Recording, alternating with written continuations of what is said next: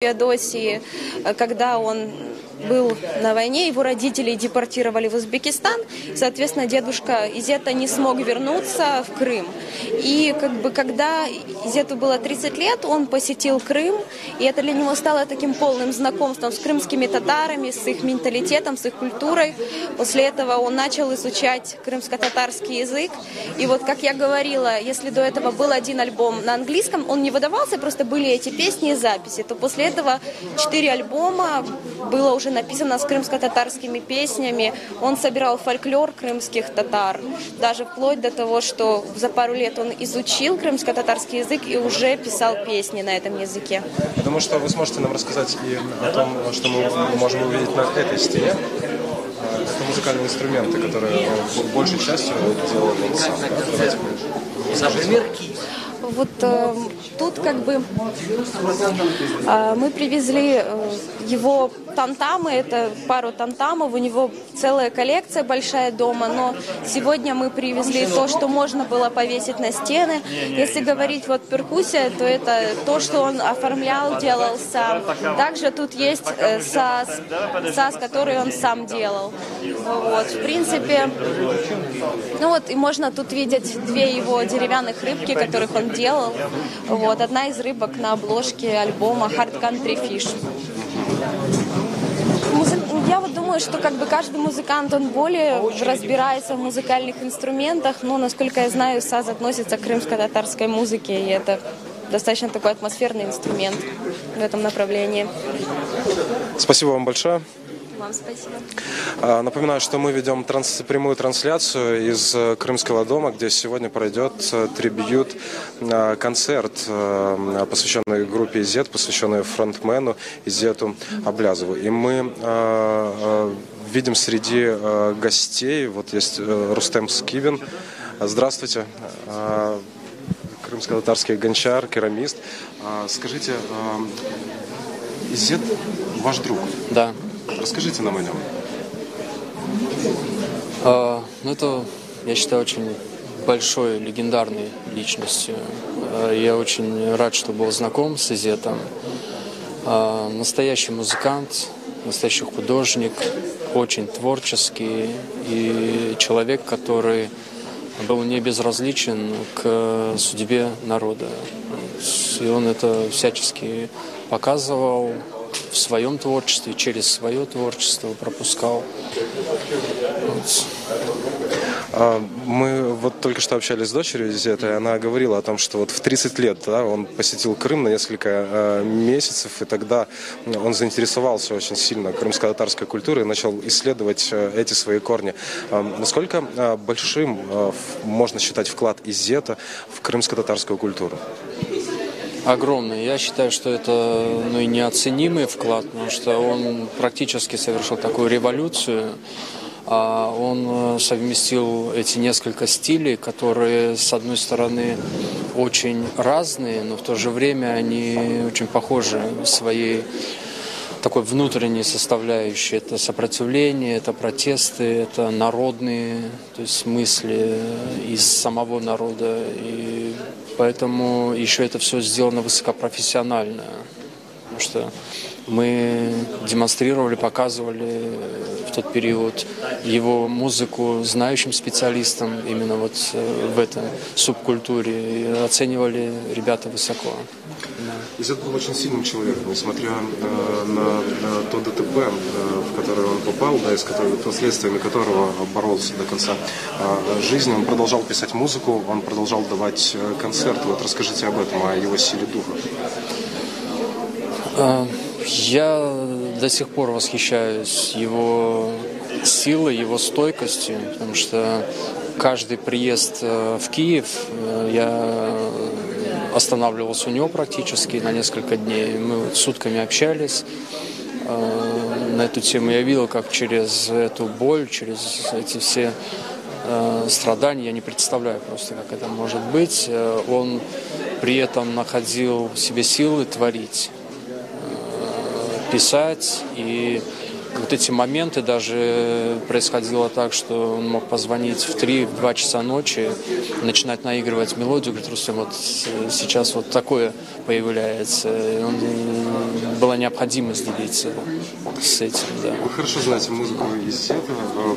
Что вы ждете услышать здесь на трибьют-концерте? Потому что каждый участник, да, он как-то может играть будет по-своему. Услышите ли вы сегодня? Мне кажется, может быть, вам, что и вот Изет тоже здесь присутствует. Конечно, хотелось бы, да, услышать вот тот дух, вот то состояние, которое он передавал.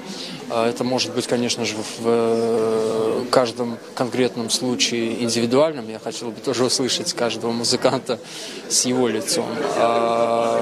Так, да, это уже история, это уже, можно сказать, стиль, который состоялся, который сегодня уже имеет место, узнаваем, и все им восхищаются еще раз.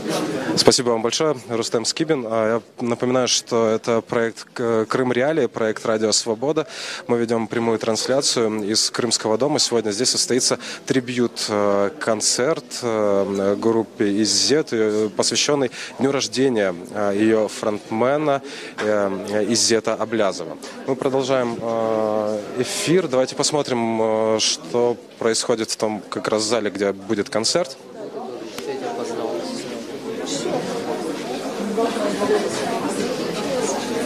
Как мы видим, концерт еще не начался, но уже людей довольно-таки много. А давайте пообщаемся с аудиторией.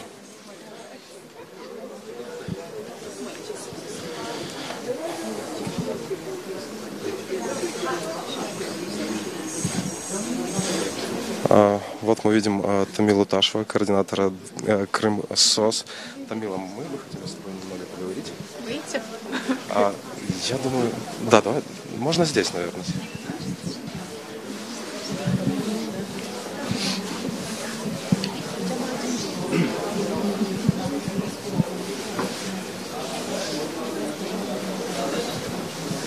Итак, расскажи нам, знала ли ты Изета лично, как познакомилась с его творчеством, что оно для тебя значит? С творчеством я познакомилась, наверное, со статьи Рустема Халилова. Мы, собственно, только что с ним это обсуждали. Рустем, привет. Привет. В газете «Полуостров». Тогда я узнала о таком регги-исполнителе, и тогда я, в принципе, очень интересовалась музыкой крымско-татарской, коллаборациями, различными такими веяниями, когда крымско-татарская музыка разбавляется современными веяниями, течениями. И, собственно, меня это очень заинтересовало. Я начала слушать музыку в интернете. Тогда, я помню, увидела первый клип на одном из, по-моему, крымских тогда телеканалов. My Security, по-моему, этот клип назывался. Вот. А познакомилась очень интересно, на самом деле. Я тогда написала им на сайт о том, что я восхищена их музыкой, что я бы очень хотела познакомиться и так далее. И мне ответили намного позже ребята из менеджмента группы. И я уже познакомилась с ним, чуть более чем за год до смерти его. Это был 2008 год. Поэтому Изет это действительно был очень светлым человеком, очень человеком, который глубоко впитал крымско-татарскую этническую музыку в себя, и на основе которой он творил как бы новые. Он очень переживал все, что вообще происходит у крымских татар, в крымско-татарской культуре внутри, да, и поэтому он творил вот такое вот что-то очень настоящее. И мы с ним обсуждали вопрос того, чтобы была возможность, к примеру, представить его на Краине Мрии, на фестивале, и вместе с Олегом мы скрипкой тоже об этом говорили. К сожалению, не удалось, да, не получилось это, но каждый раз, когда мы вспоминаем там с многими украинскими известными музыкантами о том, что же вообще есть интересное в крымско-татарской современной музыке, всегда мы называем имя Изета, его группы, да, и то, что они делали, потому что они делали действительно уникальную музыку не только для крымско-татарской, но и в том числе для общеукраинской. Спасибо, Тамила Ташева. Мы продолжаем прямую трансляцию. Мы видим, что начинается уже официальная часть вечера. Для нас всіх, бо сьогодні у нас незвичайний. Оставайтесь с нами. У нас вечір пам'яті Ізета, Сьогодні вечір, коли ми згадуємо культову групу, культовий гурт «Ізет», який був чи не єдиним свого часу музичним гуртом, що мав сміливість синтезувати кримськотатарське реггі з афробітом і не боятись експериментувати з традиційними мотивами, поєднуючи різні пісні. Коли сьогодні мене питали, що для мене є «Ізет», що для мене є його творчість, це, очевидно, вже моя молодість, моє навіть дитинство, бо на цих піснях я виростав, як і більшість тут в залі. І саме сьогодні, коли вже майже 9 років «Ізета» нема з нами тут поруч, але він лишається в наших серцях. І сьогодні до його дня народження, що було 11 лютого, разом з родичами, друзями, колегами «Ізета», а також сучасними кримськотатарськими та українськими музикантами ми згадаємо його сонячність, його енергетику, його безпафосну геніальність, всього його життя і творчості. Вітаю вас сьогодні на нашому вечорі триб'юті «Ізета», і ми починаємо.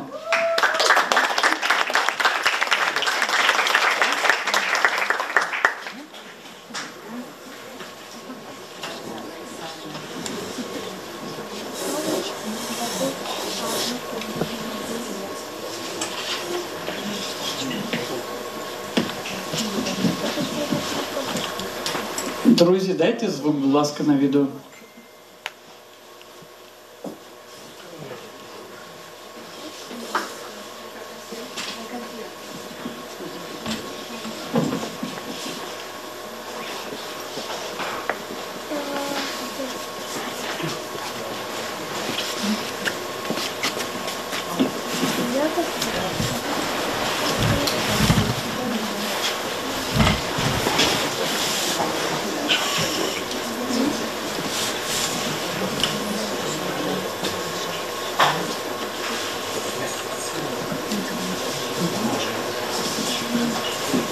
Ну, поки в нас є трошки проблема зі звуком відео, я хочу оголосити і запросити на цю сцену перший гурт. Це Ахмед Сарахаліл та Ігор Ходжаніязов. Будь ласка, зустрічаємо.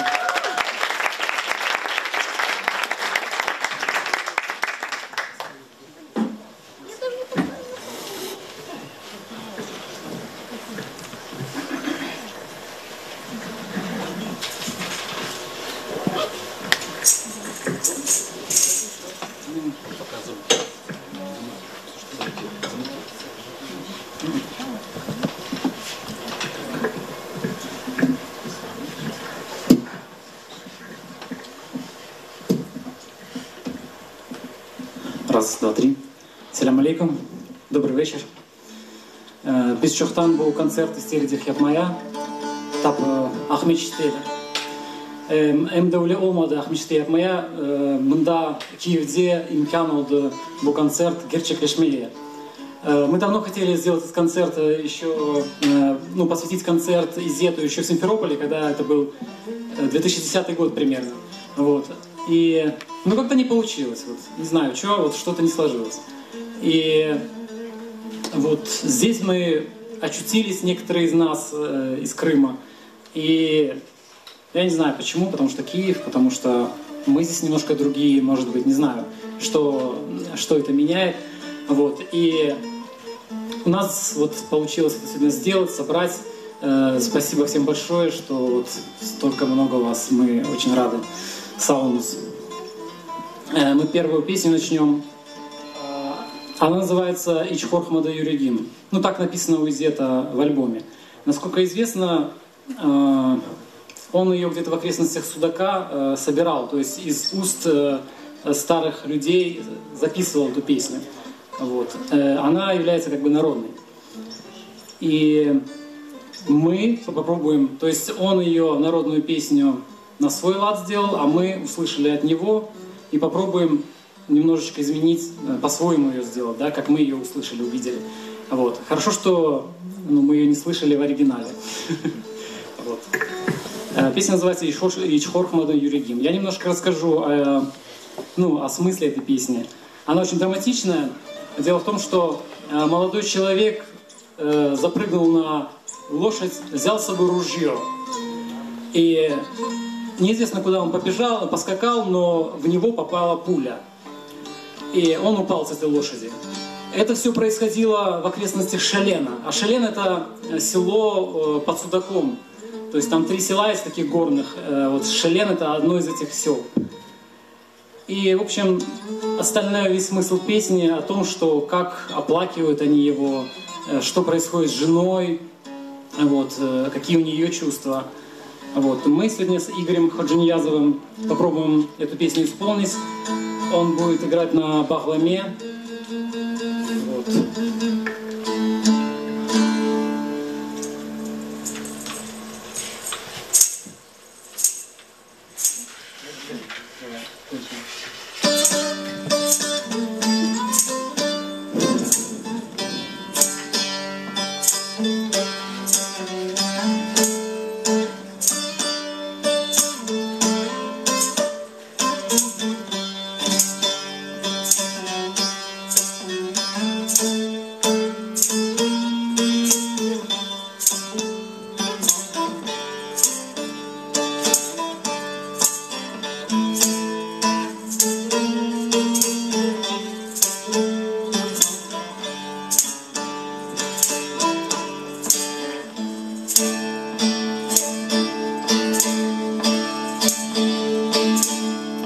Çaptım çıktım at üstüne, hiç korkmadı yüreğim.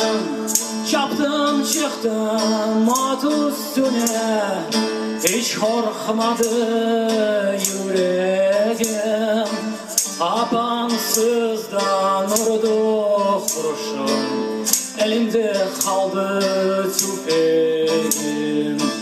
Apansızdan vurdu kurşun, elimde kaldı tüfeğim.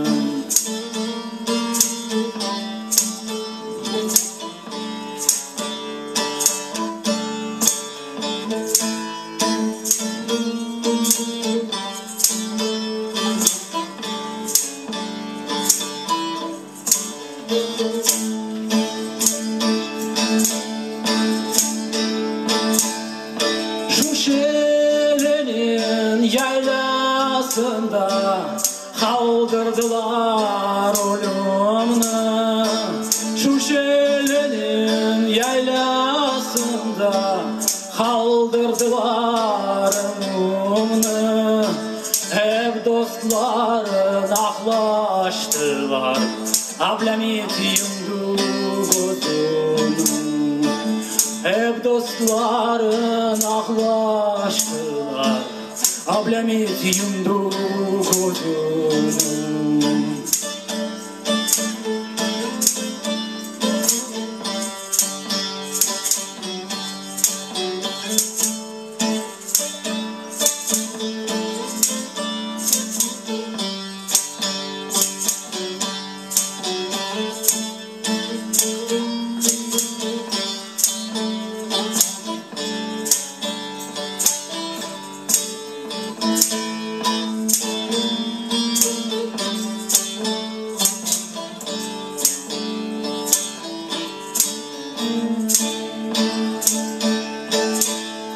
Var söyleniz Ayşe'ye, lampaların yakmasın. Var söyleniz Ayşe'ye, lampaların yakmasın. Afkadır yarem gelecek de baytı, çıkıp da yollara bakmasın. Afkadır yarem gelecek de baytı, çıkıp da yollara bakmasın.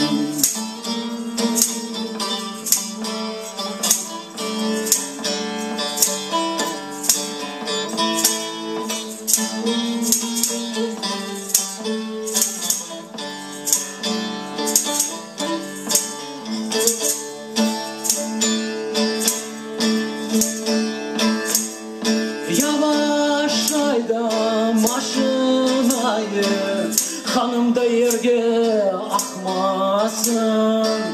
Yavaş ayda maşınayı, hanım da yerge akmasın.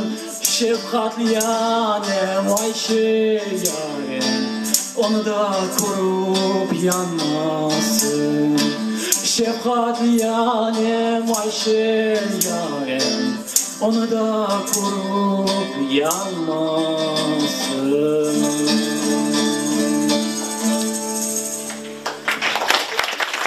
Sağ olun. Дякую.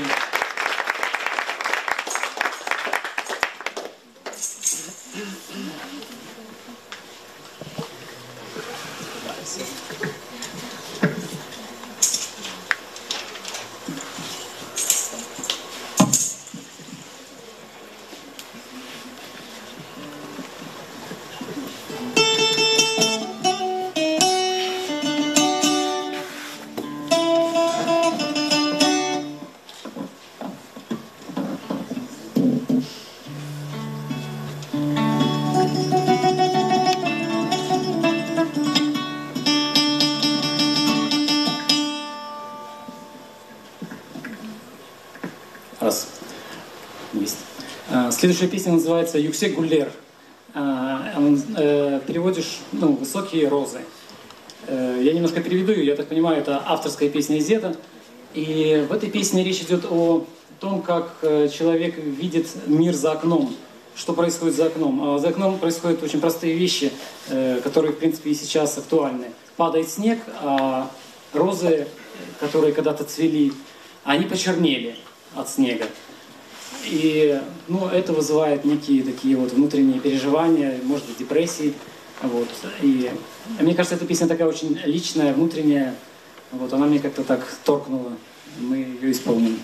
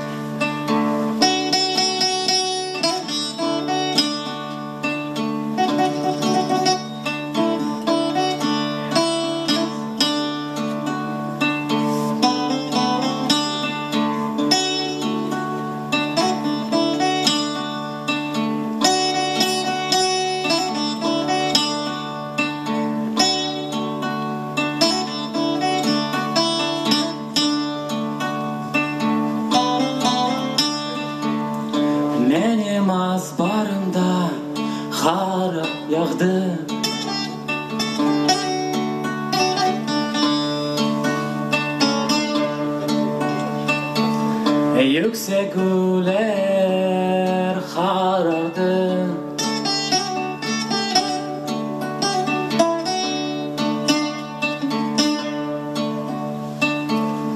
Benim canım sıklar.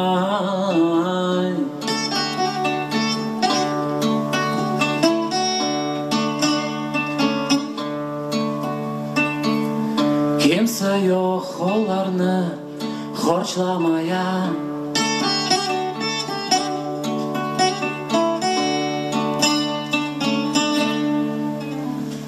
Kara yapraklar, karga düşeler gözü yaşlar, yastığa dökülür kara yapraklar, karga düşeler gözü yaşlar, yastığa dökülür.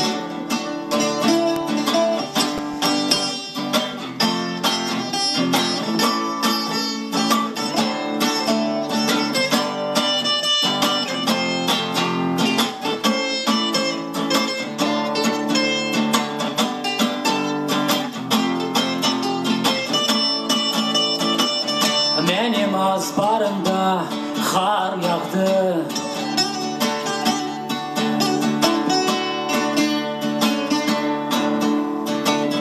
Yüksek güller karardı.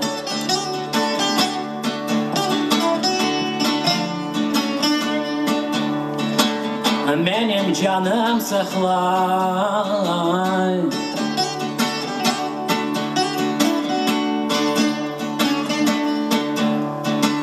Kimse yok onlarını hoşlamaya.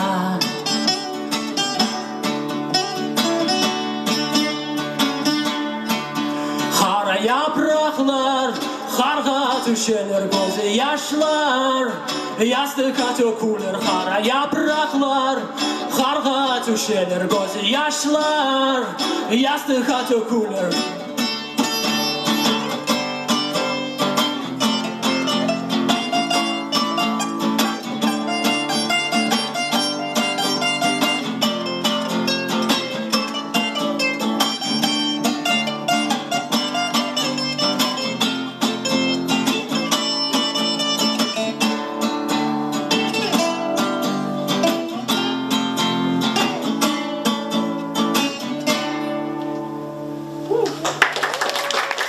Дякую. Спасибо всем.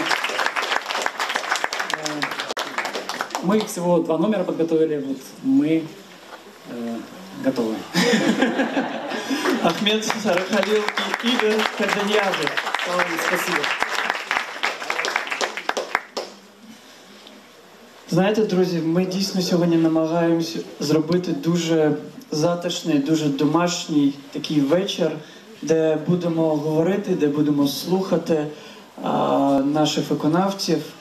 І я хотів би запросити людину, яка знала найбільше, найкраще Ізета, яка відчувала кожен його дотик, яка відчувала кожну його клітину. Вікторія Аблязова, донька Ізета.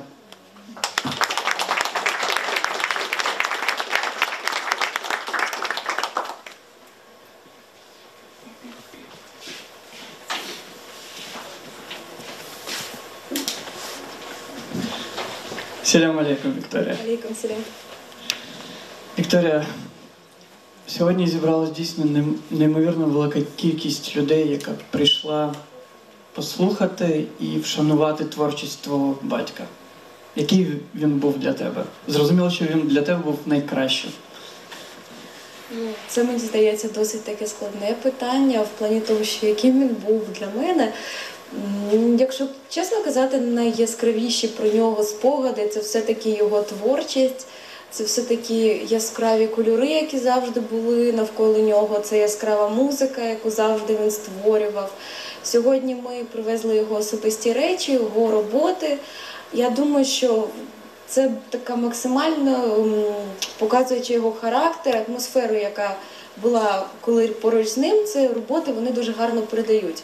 Тому ось таким він для мене, мабуть, і залишився. Такою людиною, не банальною, яка ніколи не думає про якісь формальності, не думає про щось таке, що потрібно. Вона бачить те, що вона бачить, і вона максимально виходить за рамки, експериментує і бачить все дуже небанально, бачить все по-своєму. От ти казала про речі, і от ви, напевно, помітили в першій нашій залі, вони експоновані і на стінах, і там дуже багато різних речей. Розкажи, що там є і хто це робив все?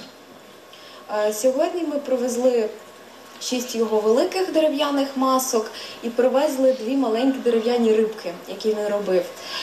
Для нього було таким великим захопленням робота з деревом. Окрім того, що він писав музику, він завжди малював і працював з деревом. І от ці роботи – це просто він в шматках дерева бачив якісь образи, і згодом за допомогою цвяхів, там, монет, він створював роботи. Я думаю, що всі помітили Боба Марлі там серед робіт.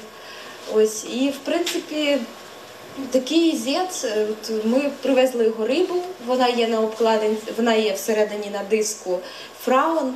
Це такі, скажімо, атмосферні речі, які вдома залишилися, які стали елементами інтер'єру, які нагадують про нього, які нагадують, що він був, що він є, просто він не з нами зараз. Як він тебе виховував? Розкажи нам, відкрий трошки тайну. Ну, я не знаю, як регі-музикант може виховувати дитину. Ну, ти знаєш, тобі пощастило, напевно, найбільше, бо тільки твій батько був регі-музикант в тій залі, тому нам цікаво дійсно, як це. Якщо чесно, він нічого мені такого дуже скучного ніколи не казав. Він просто завжди зі мною спілкувався на ті чи інші теми, зазвичай розвиваючи на якісь музичні теми.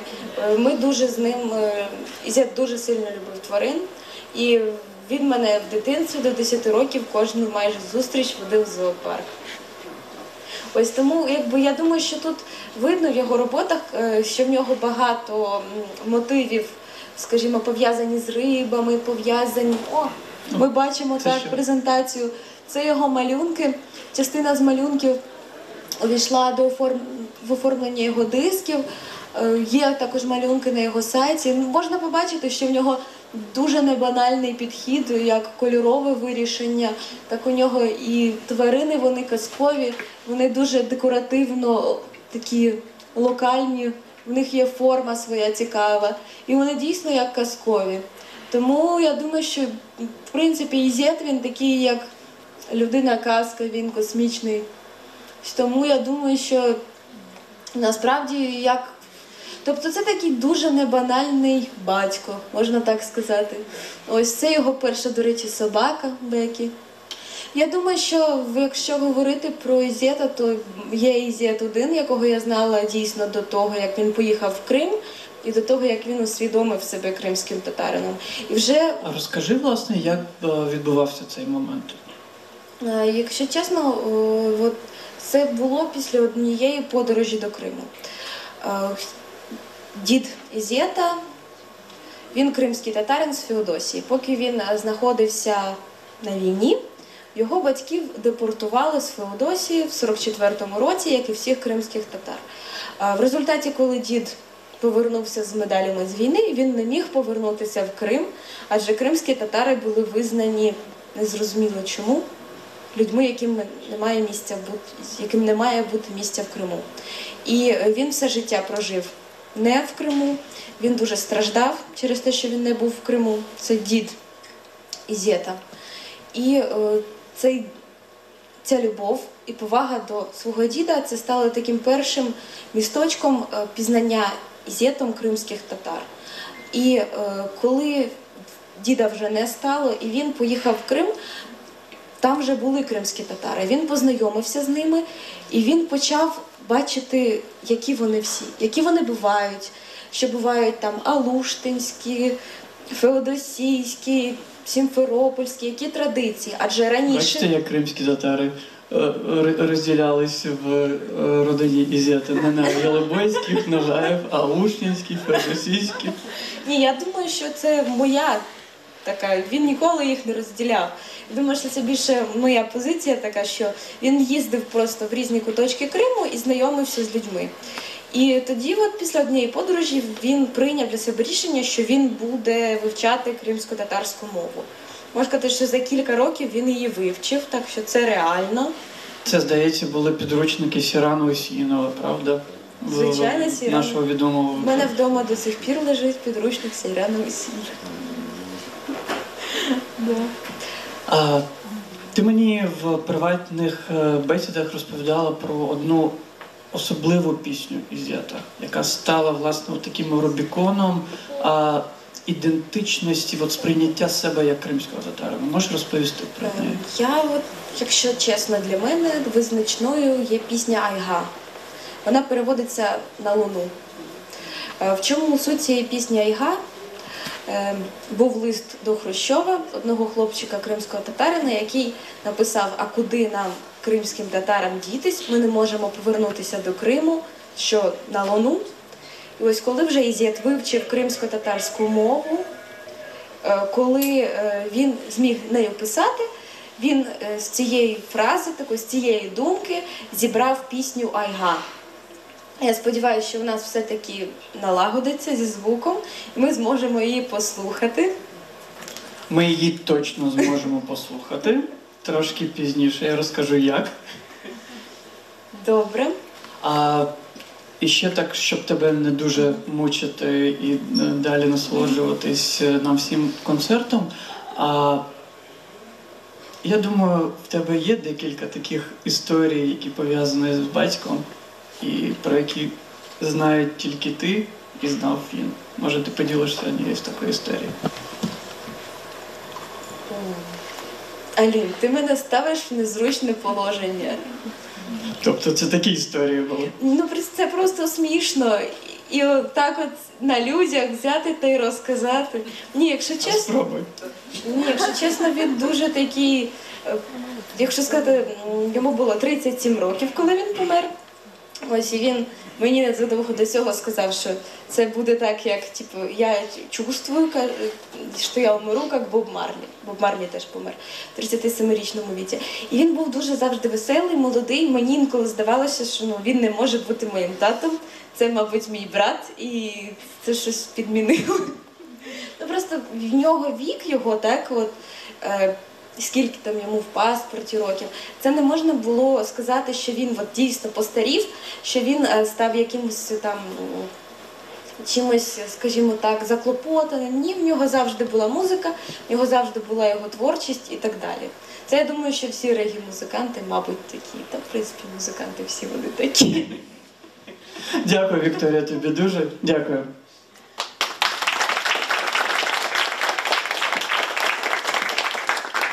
Друзі, знаєте, коли ми готували цей концерт, насправді ідея цього концерту прийшла декільком людям одночасно, не змовляючись. У нас є тут і Ернес, і Ахмед Сарахалів, який співав зараз. А зараз я хочу представити Джеміля Мамутова, який один з тих, без якого не було б цього концерту.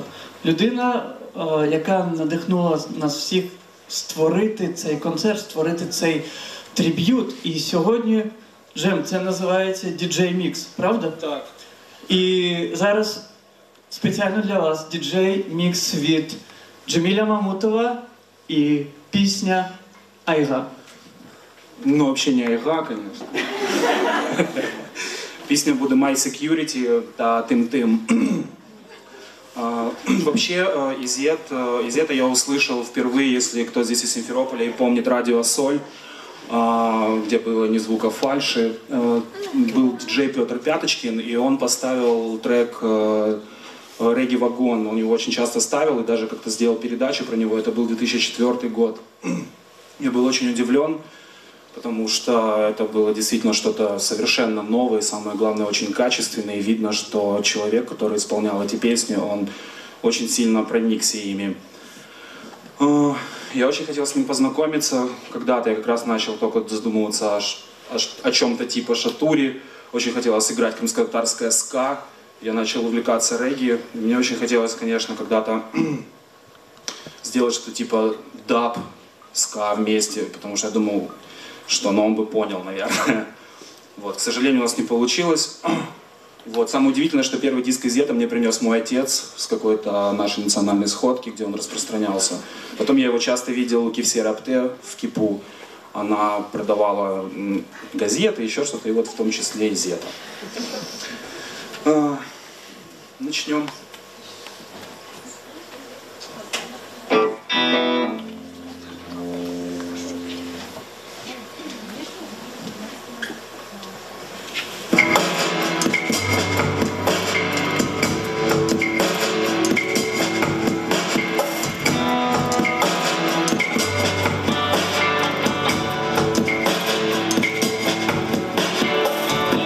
Never talk to my security.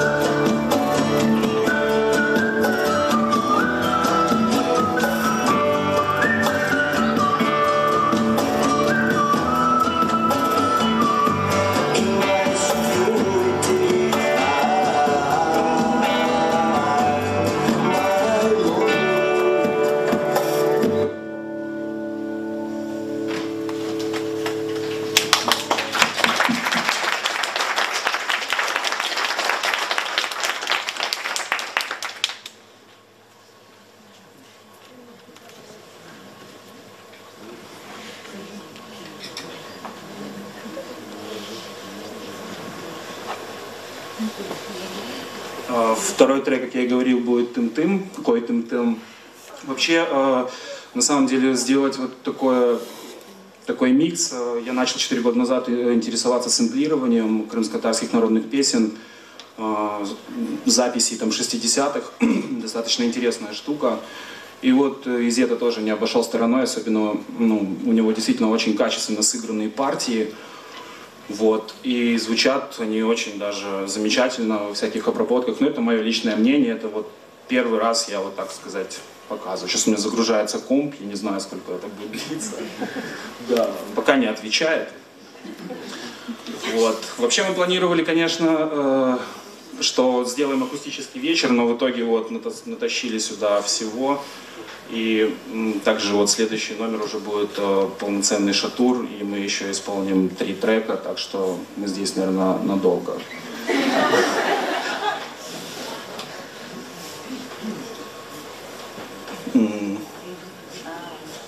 Еще секундочку.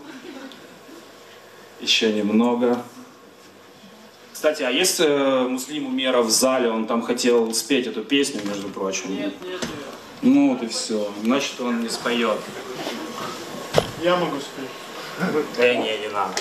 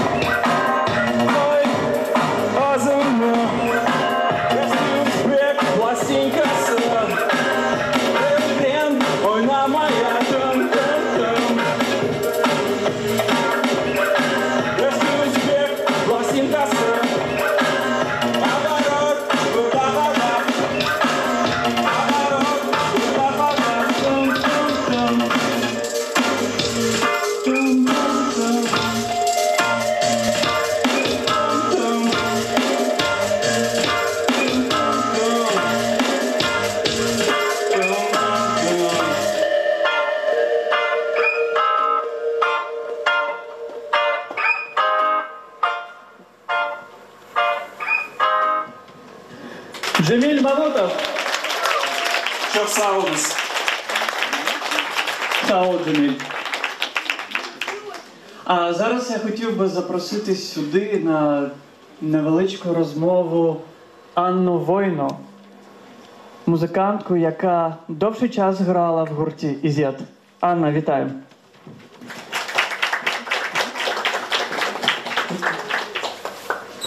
Салям алейкум, як говорять кримських татар.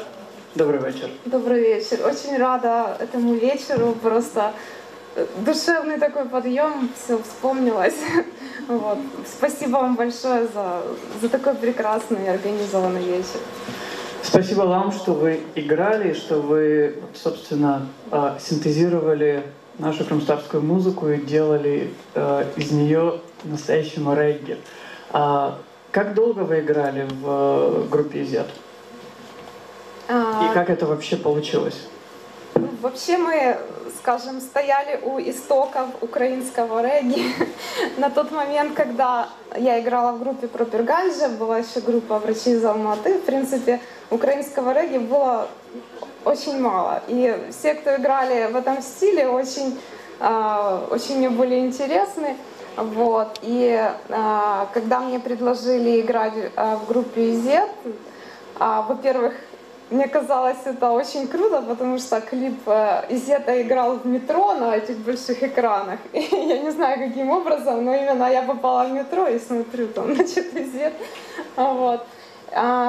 И при этом я послушала музыку, и мне это очень заинтересовало. И когда я пришла непосредственно к «Изету», я поняла, что это не просто интересная музыка, это целый мир.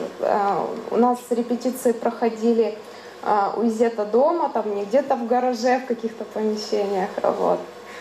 А дома мы собирались. «Изет» рассказывал много историй о том, как он был в Крыму, о том, как он собирал вот этот весь материал, о историях, которые стоят за каждой песней. То есть он был таким человеком глубоким очень. Он все, что мы пели, это проходило через него, и он переживал каждую песню, как что-то свое личное. Вот. И я не знаю языка, он мне все переводил, каждое слово, и вот, чувствовалось, что он это очень любит и очень все проживает. Вот. И также он проживал музыку Боба Марли, вот, и пытался и то, и другое играть вместе. И это очень, очень важно, и это было очень душевно. Вот. При этом он проживал очень вот эти вот мусульманские традиции, как-то он много мне рассказывал о Коране, то есть для меня это вот... То есть он полностью погружал вас в культуру? Да, для меня в этот момент, для меня родилась вообще как вот крымско-татарская вот эта идентичность, и когда крымские татары сыграли большую роль для украинского государства, я уже понимала, что это действительно вот сила, и я чувствовала вот откуда это все. Каким «Изет» был в работе? В работе «Изет» был очень требовательный. Мы могли много раз переигрывать одну и ту же вещь, если он слышит, что что-то не так. Вот, то есть, и он хотел, чтобы все было вот в точности, вот идеально, и так, как оно должно быть. Вот. И при этом, при том, что при всей строгости он был и таким молодым, веселым, озорным. Вот. То есть, а какая вообще у вас была команда и каким образом подбирали музыкантов? На самом деле я не участвовала в начале формирования команды, то есть я так понимаю, что просто были отобраны ребята, которые себя показали в других коллективах. То есть я уже была, я так понимаю, во втором составе. Вот. Вы играли на нескольких инструментах? Да, я играла на бас-гитаре, на соло-гитаре и на клавишах в разных песнях. Вот. И при этом всем приветствовалось творчество. То есть если хотелось что-то принести свое, это всегда с удовольствием. И, я себя выражала в этом полностью. И, честно говоря, после того, как «Изет» умер, я даже перестала заниматься музыкой. Для меня это настолько был сильный удар. Вот. Мы здесь вспоминаем разные интересные истории об Изете, истории с Изетом. Возможно, одной из них вы поделитесь с нами. Ну, сложно так сказать об истории, но из веселого у нас были веселые гастроли в Донецк, еще украинский. Вот. У нас был строгий директор Валерий Изетович, вот, отец Изета. Вот. И ну, вот, он следил, чтобы все было четко, там, чтобы, ну, мы выступили на уровне. Вот. Ну а музыканты все были молодые, веселые, всем хотелось там пиво выпить и прочее.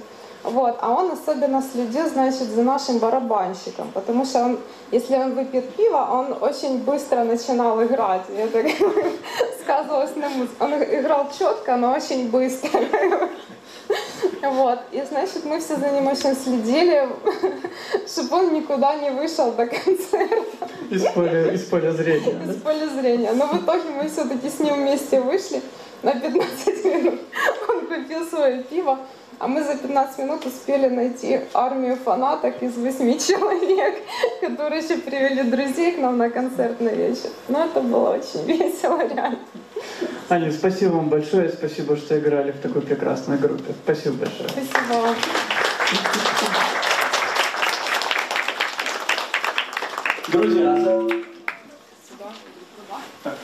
Друзі, зараз я пропоную трошки нам порухатись, бо ми запрошуємо сюди на цю сцену дуже різних музикантів, які грають реггі, які співають етноджаз, чи які грають панк-рок. Зараз я з задоволенням запрошую гурт Шатур-Гудур і тверезого барабанщика, який сьогодні буде нас тут запалювати. А вам пропоную просто вставати та відриватись по повній.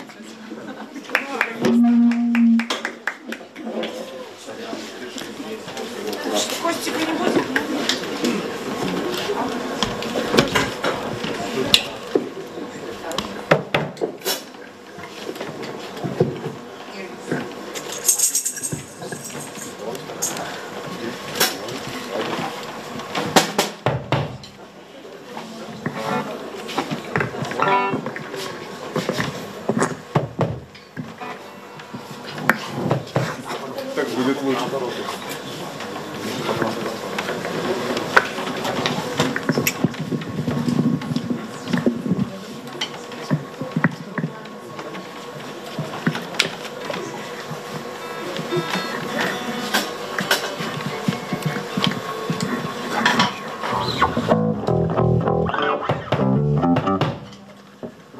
Добрий вечір всім.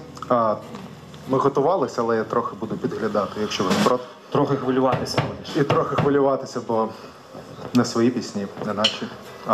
Але розповісти, будь ласка, щось про пісні Ізета, що вони до тебе є. Ну, що вони для мене є? Вони мені просто подобаються і я не знаю, коли мені музика подобається, то просто подобається. Чому, я не знаю чому. Перша пісня, яку ми будемо співати, називається It's Raining, Дождіт, як вона була підписана, коли я її побачив. Тому хай дождіт.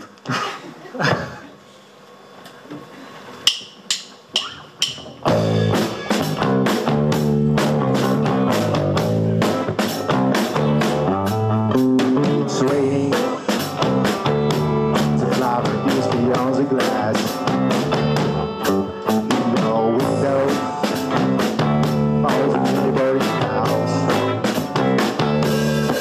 You don't feel streets,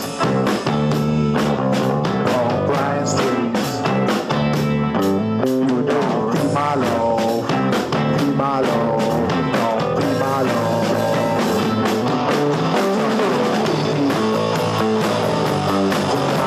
Beyond the glass.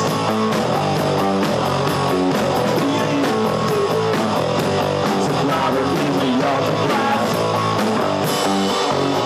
It's raining. I have streets, blue street smiles.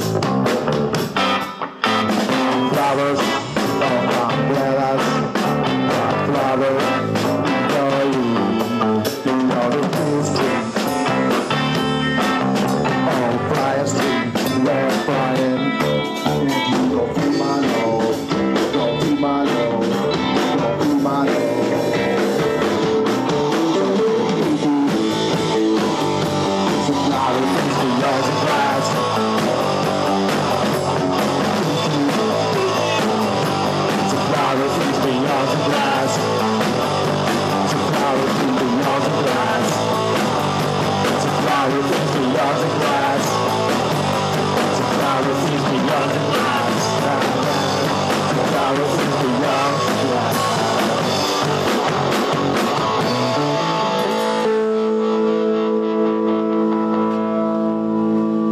Ось так.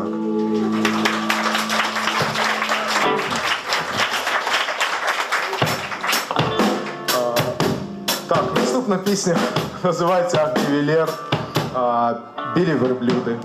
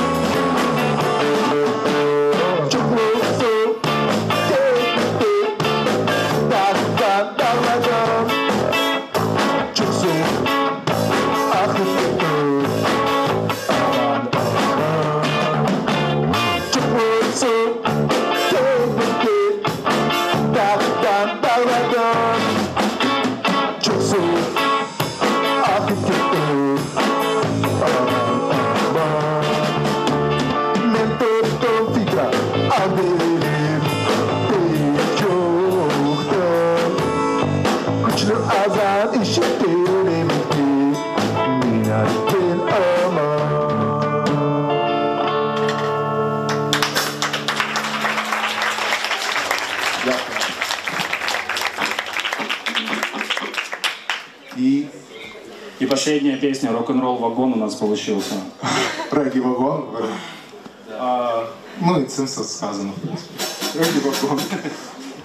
Можно на местах танцевать.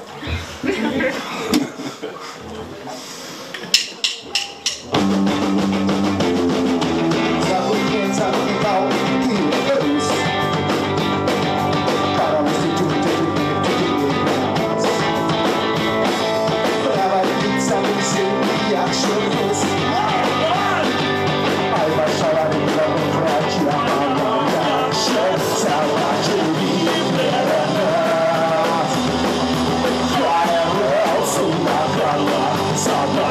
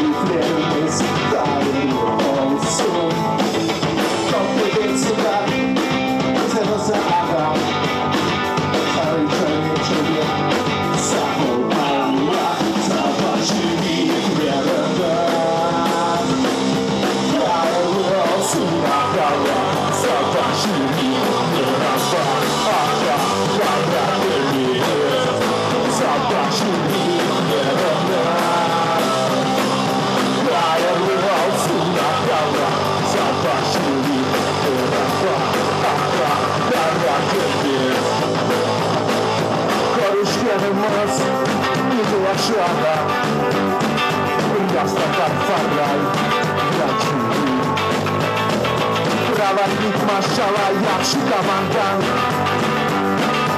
Ай Машавар Пиваком Врачья Халанда Что запачили Мерада Кайру Сина Кала Запачили Мерада Ага Кайра Кедиес Запачили Мерада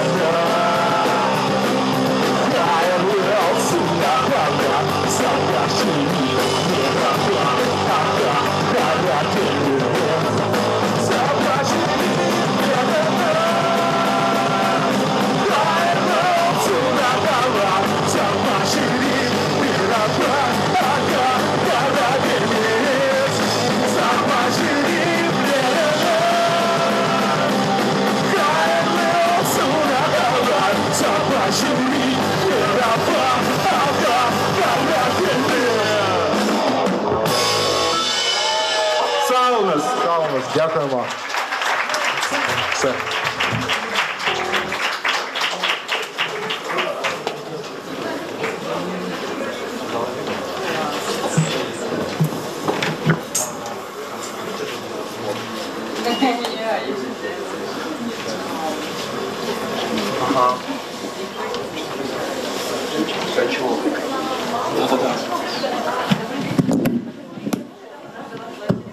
Для вас грали Шатур Гудур.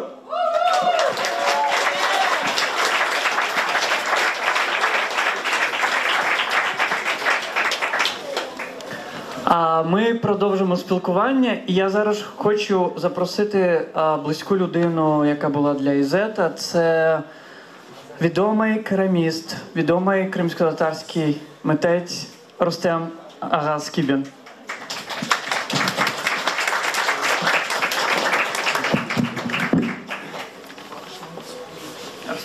Идем сюда. Рустам Ага, мы будем с вами здесь как почти два рок-музыканта, будем стоя общаться. Ассаляму алейкум. У меня вот первый вопрос, глядя на вас. Вот у нас там есть экспозиция с шапочками Изета. Вот кто начал раньше носить? Вы либо он?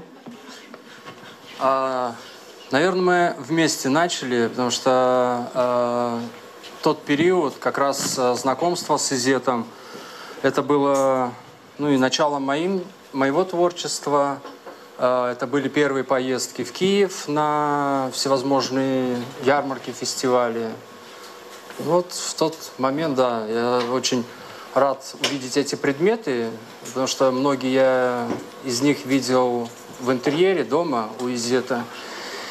И извиняюсь за волнение, потому что много воспоминаний, связанных с этими встречами, с этим человеком. Рустам Ага, а когда вы последний раз видели и говорили с Изетом?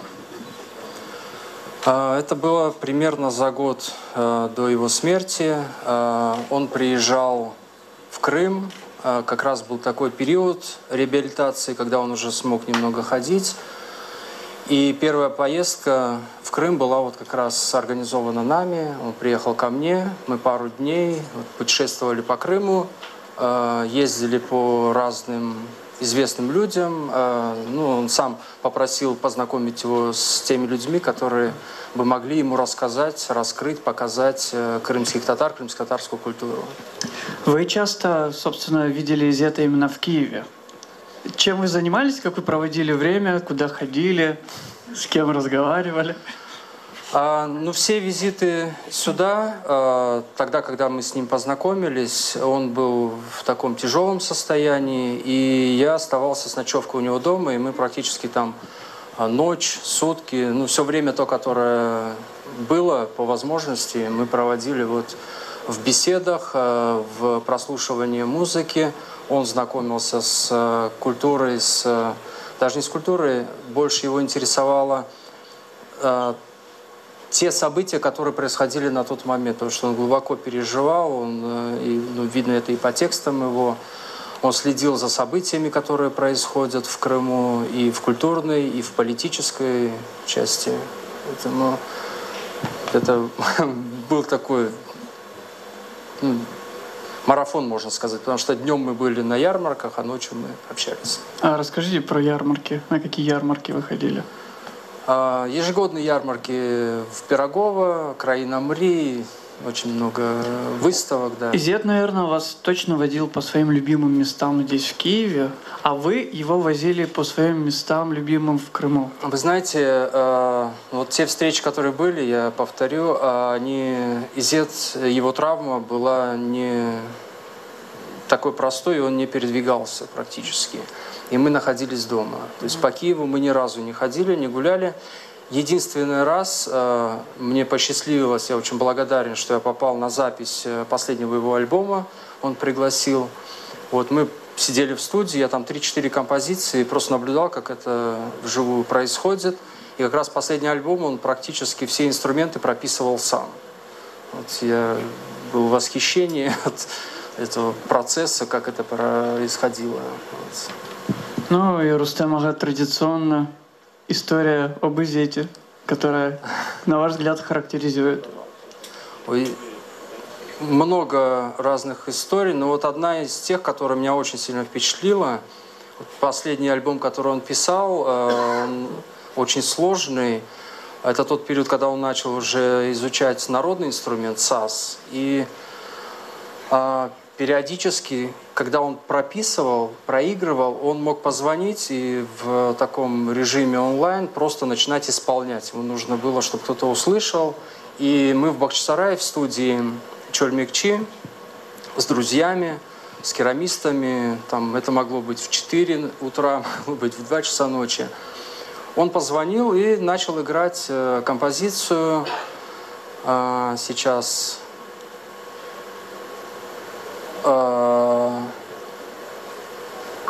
дагестанская или кавказский рингтон, по-моему. Абхазиан рингтон, вот, да. И я включил на громкую связь, мы сидим и слушаем, вот он играет, и это не останавливается. Я ловлю себя на мысли, что мы погружаемся в какой-то такой вот транс, который может происходить вот при каких-то ритуалах, когда ты слушаешь суфийскую музыку, либо иляхи какие-то. И вот полностью было это ощущение, что пропадает время, пропадает там пространство. И когда он уже начал говорить, тексты какие-то прокрикивать, тогда мы только в себя пришли вот вместе. Вот такая история. И опустились на землю. Да. Sağ olun Rüstem Ağa. Rüstem Skibin.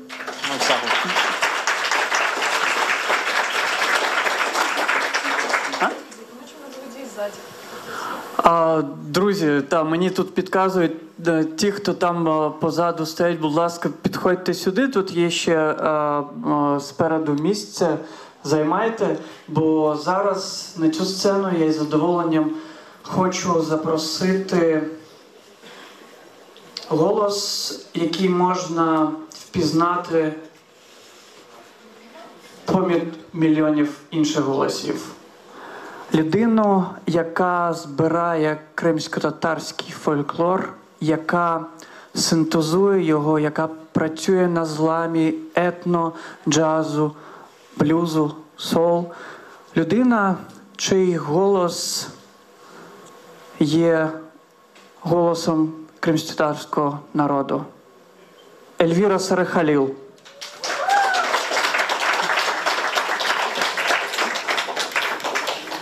Селям алейкум. Але, Ельвірочка, Ельвіра приїхала до нас не одна. Вона приїхала з неймовірно чудовим музикантом, який не тільки грає перфектно кримсько-татарську музику, який довший час грав в гурті Ізет, який знає дуже добре Ізета самого. На цій сцені спеціально для нас з Криму Расим Рамазанов. Selam aleyküm, hoş geldiniz. Bu akşam müzikal akşam, hatıra akşam, İzet'le bağlı. Bu meraklı insan, pek meraklı insan, istidatlı insan idi. Ben onu bilmez idim, ben onunla konuşmaydım. O yaşaydı Kiev'de, men Kırım'a, ama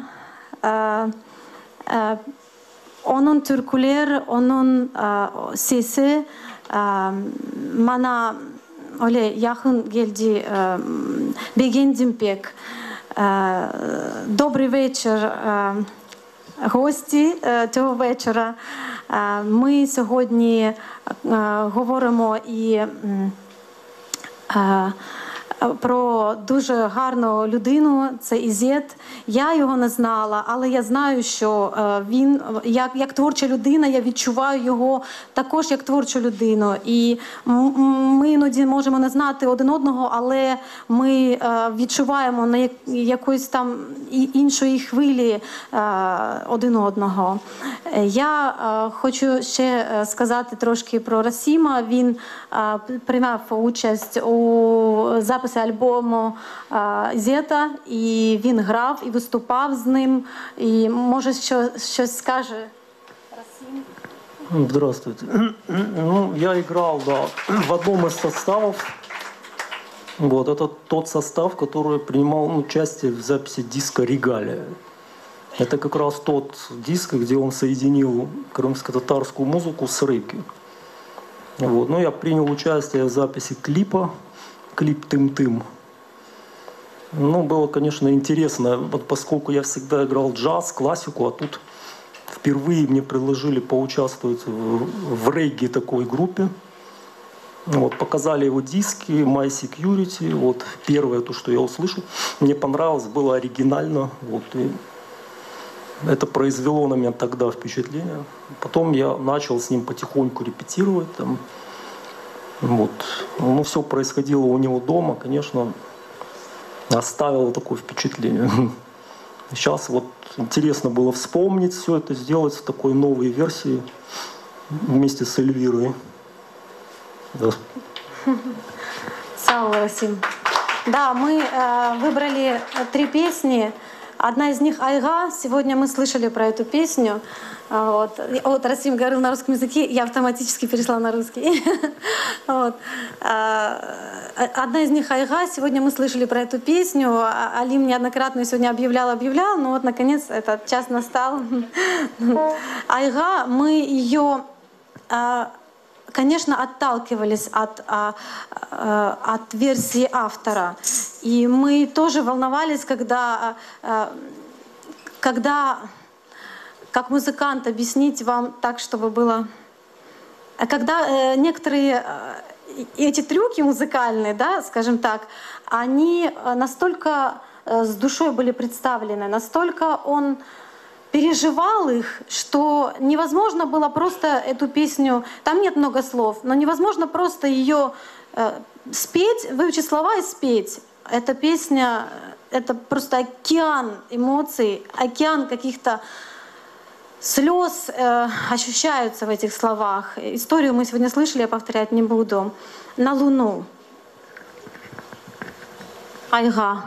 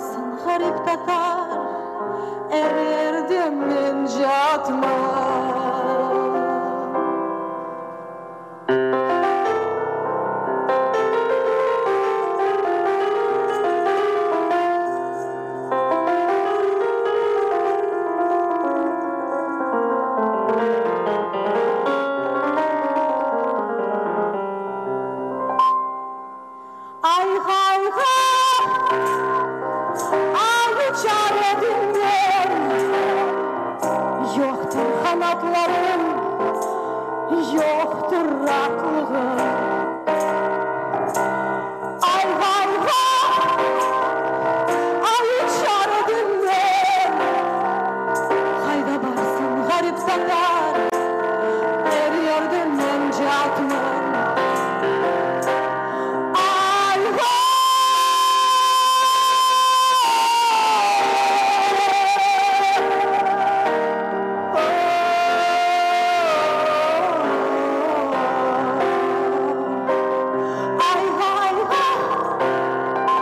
Ay uçardım ya,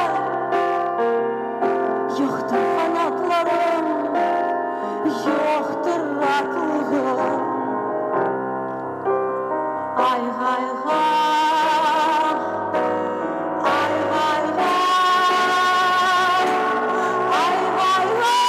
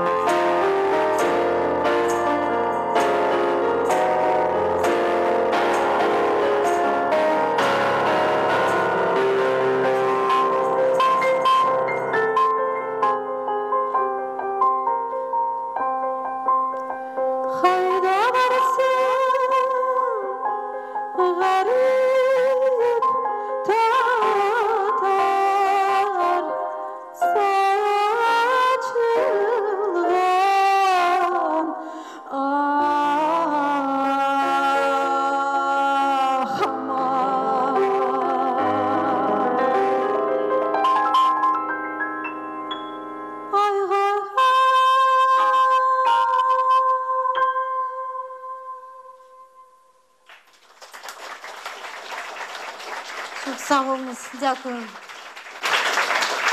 Дякую. Ця пісня залишилася в версії Ізета, це Еля Козлюн. Це народна пісня, і вона дуже така популярна серед кримських татар. І Ізет зробив регі, свою версію, кримсько-татарська народна пісня, таке регі, що не можна навіть уявити, що це була кримськотатарська пісня. Але він так відчуває кожне слово в цій пісні, що це така цінність, це кожне слово як перлина в нього. І ми зараз її виконаємо для вас.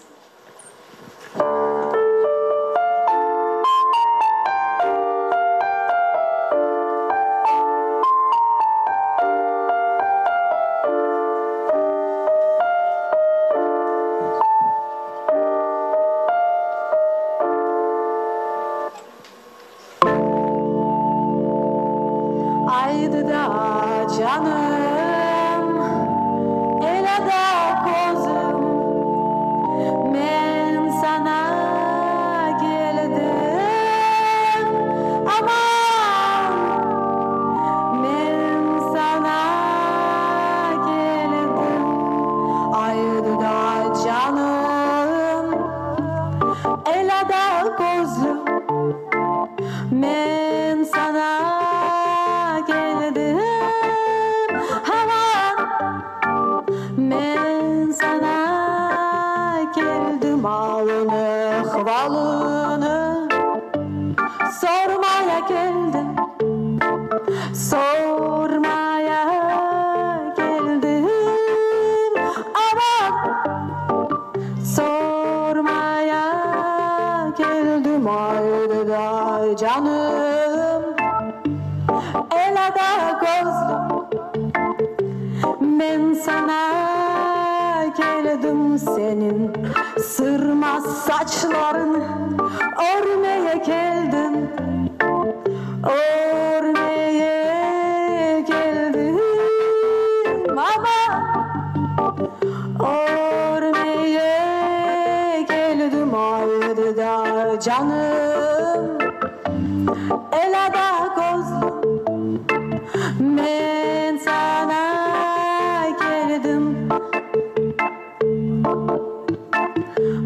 Dağlardan ah sevdiğim anterler alayım, amandan terler alayım, amandan terler alayım. Haydi gay canım, elada gözlüm, ben sevdim senin için ah sevdişim. Burçka dalayım, aman da burçka dalayım, aman da burçka dalayım. Haydi gay canım, elada gözlüm, ben sana geldim, aman ben sana geldim.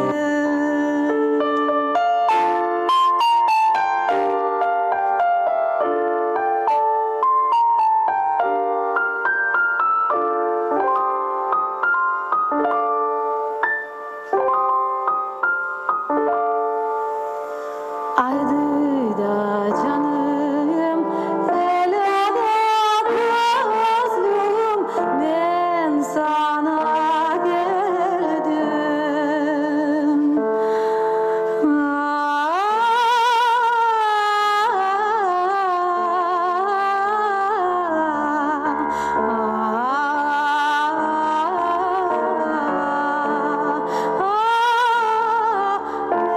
Ben sana geldim.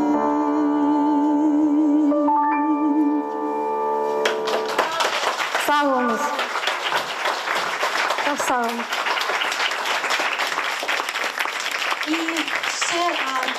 ще одна народна пісня, теж популярна, але ніхто так не виконував цю пісню, як Ізет. Це пісня «Йос мам». І ми, да, всі її полюбляють цю пісню. Вона дуже якась така, я не знаю это слово на украинском, трепетная песня для каждого из нас. Да? Не, тендитная это другое, это хрупкое. Ладно, «Йос мам». Но мы ее тоже немножечко переделали, потому что мы имеем дело с джазом очень часто, и поэтому нам захотелось ее... Вот народная песня плюс Изет, еще плюс мы. Получился интересный вариант.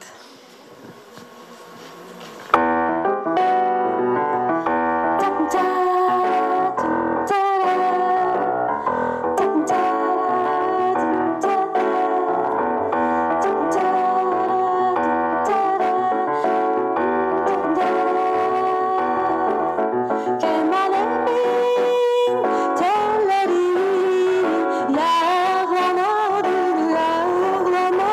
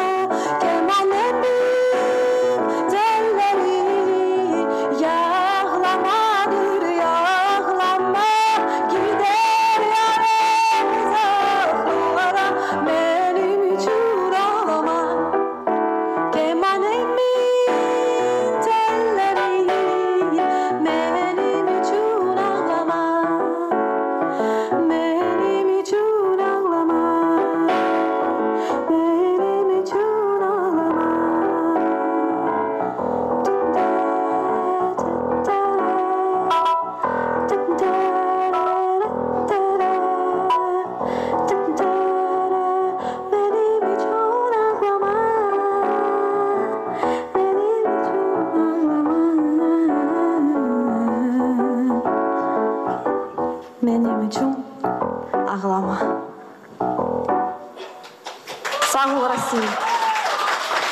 Çok sağ olunuz. Çok sağ olun. Elvira Sarıkalil, Rasim Ramazanov. Sağ olun. Sağ olun.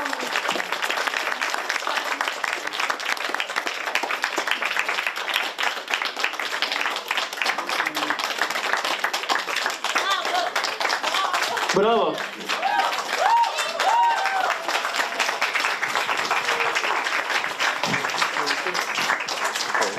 Дорогі друзі, звісно, ми не можемо піти звідси, не почувши самого Ізета.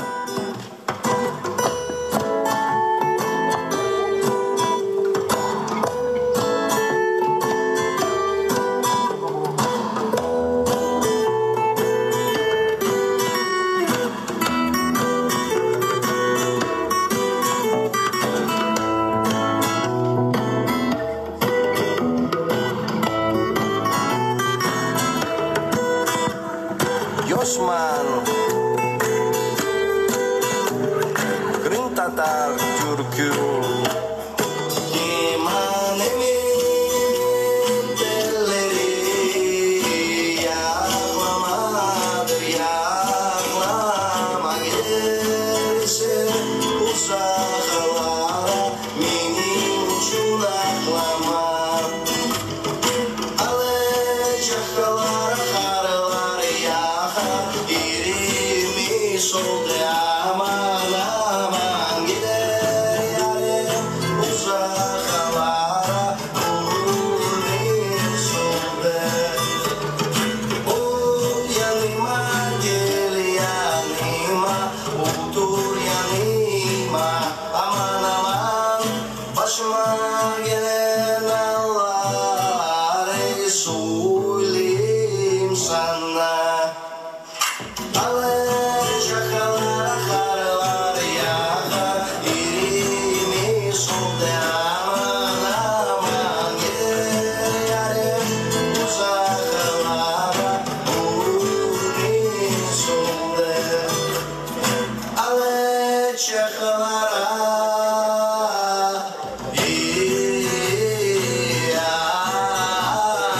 giderse uzaklara aklama.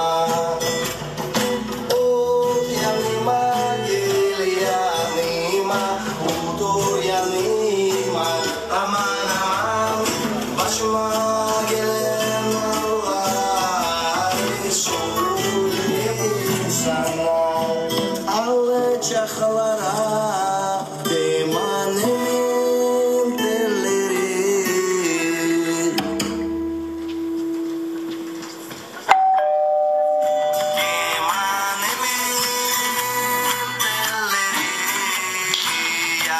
Yaklamadır, yaklama giderse uzaklara, benim için aklama.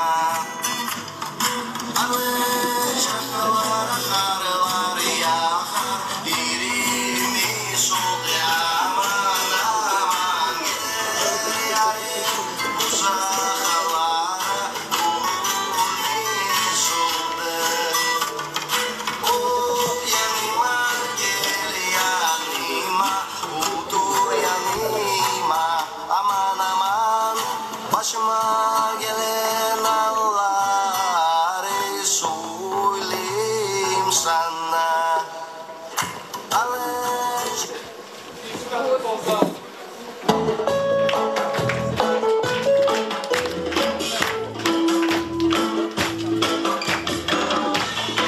Одно из повелений Бога разным народам — жить, познавая мудрость друг друга. Меня спрашивают, почему вы не поете на украинском? А на каком языке должен петь Изет Абрязов? Если я кому-то помогаю воспринять, любить, уважать искусство и мудрость крымских татар, я счастлив. Казалось бы, соединить мелодику и ритмику крымско-татарского среги абсурд. Тем более петь сложнейшее, многообразнее. Только интуиция мне говорила, и одно, и другое живут в тебе. Однажды выплеснутся одновременно и не мешают друг другу, а резонируя. У них так много общего. Высокая эмоциональность, гипнотизм, искренность и еще одно. У каждого человека должна быть родина.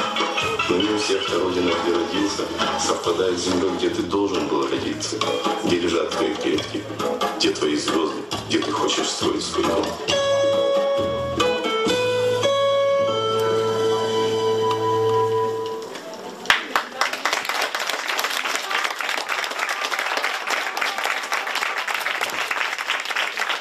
Изет.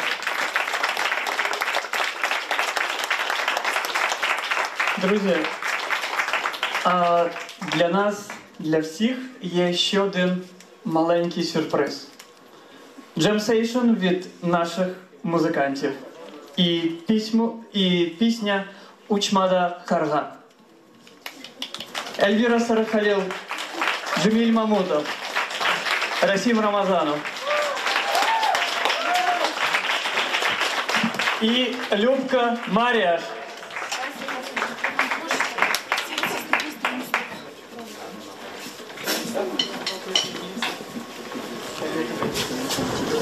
Кто еще идет?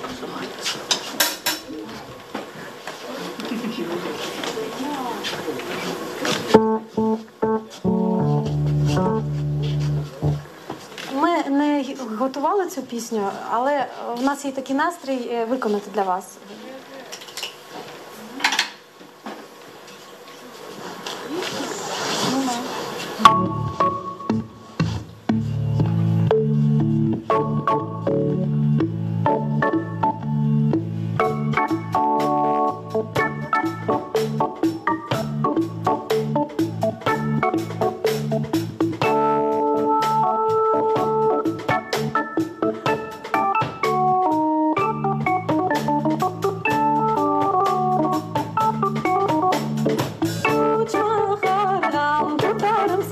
Aman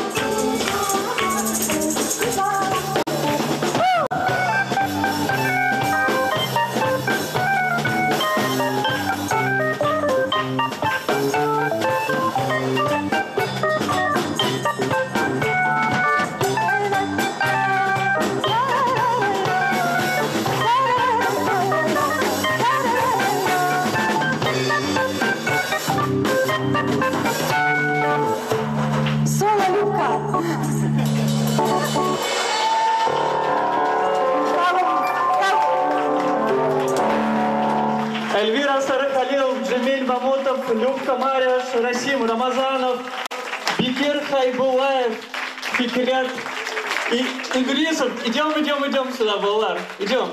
Сулейман Мамутов, Ахмед Сарыхалил, Игорь Каджайниязов.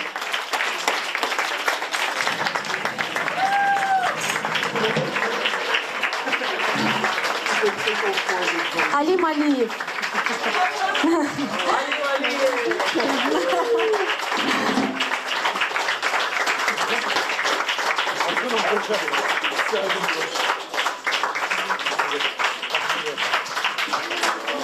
Віка, йдемо до І найголовніша персона цього вечора – Вікторія Аблязова.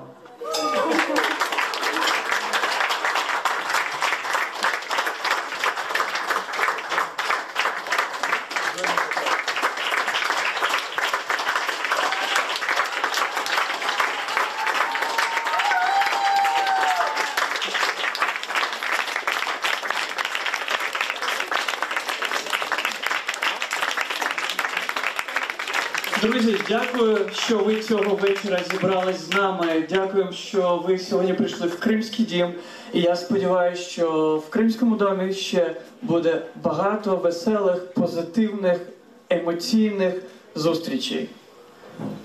До нових зустрічей і гарних вам вихідних. Це був концерт «Триб'ют Ізет».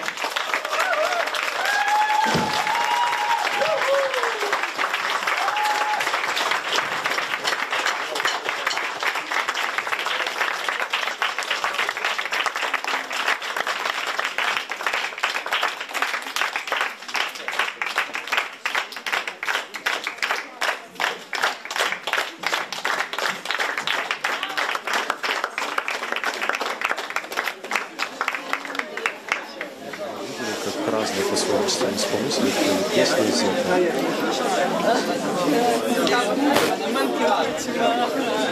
Напомню, что трансляцию концерта осуществлял проект «Радио Свобода Крым в реалии». Микрофон был Сергей Крушин, за камерой Владимир Павлов. Вот мы, может быть, сейчас встретимся где-то в середине зрительного зала. В принципе, людей было очень много.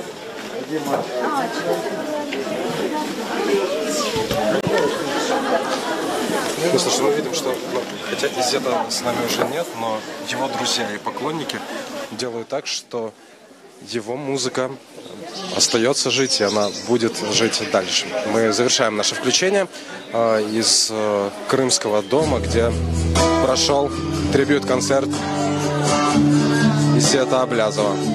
Всего доброго.